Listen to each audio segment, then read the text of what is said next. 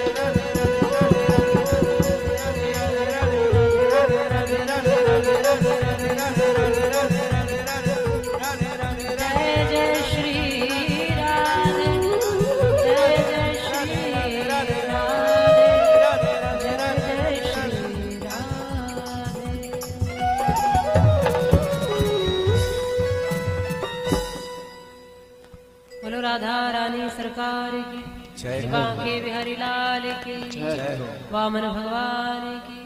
जय हो। आज की कथा को यहीं विश्राम करते हैं।